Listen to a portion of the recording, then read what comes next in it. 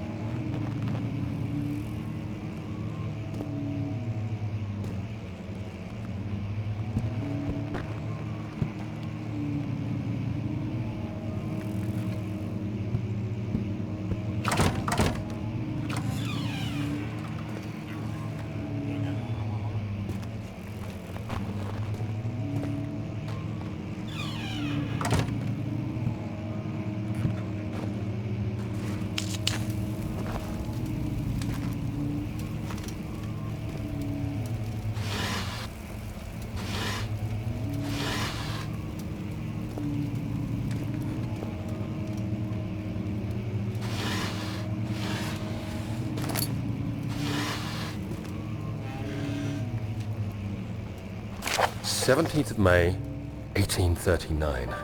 My hands tremble as I write. I feel a need to document my tribulation, for I fear that my memory will fail me if I linger. Today, I took some men and ventured into the dark, ancient passage we uncovered.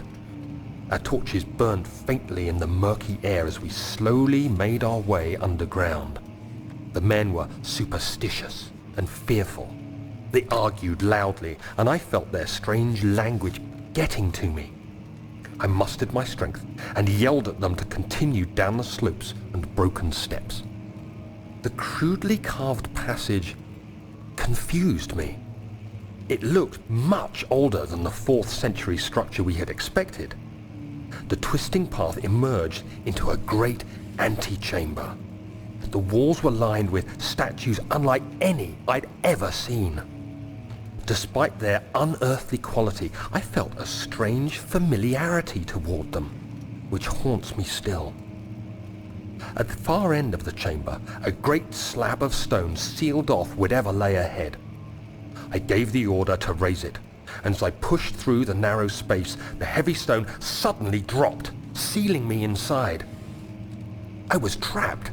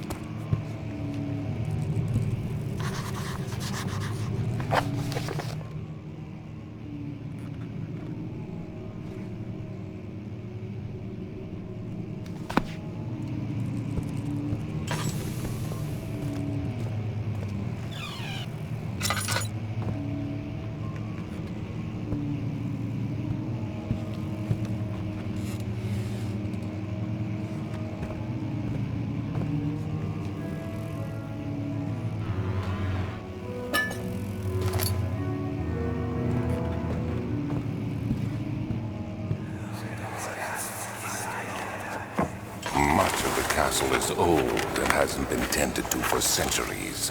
When the shadow arrives, it won't take long until things start falling apart. We're just buying time anyway. Let's do what we can. There isn't much to be done about the wars.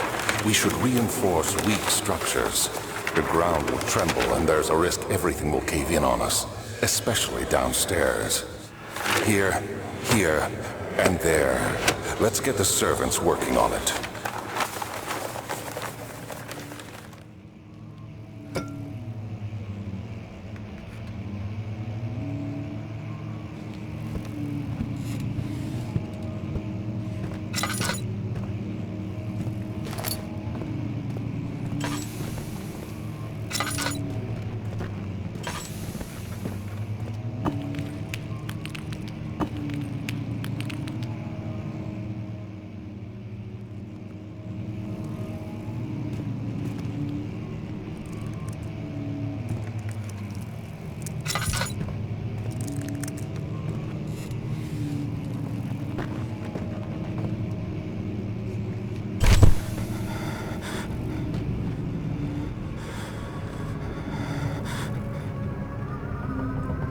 17th of May, 1839. After pounding the unforgiving stone wall for what seemed like an eternity, I realized it was hopeless. I was trapped.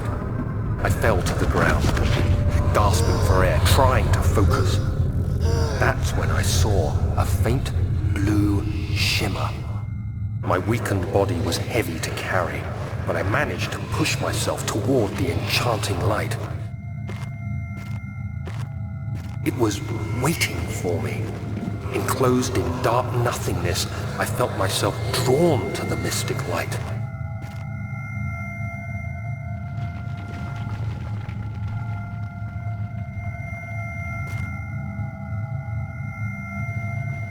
I reached out, closing it in my hands. The faint glow escaped my fingers and began to spark brightly and spirit me away, unlocking alien memories of spiraling towers, endless deserts, and impossible geometry. The next thing I can remember is the grating sound of stone being lifted, the voices of the Arabs pulling me to safety, and grasped firmly in my hands was the broken pieces of a most peculiar relic.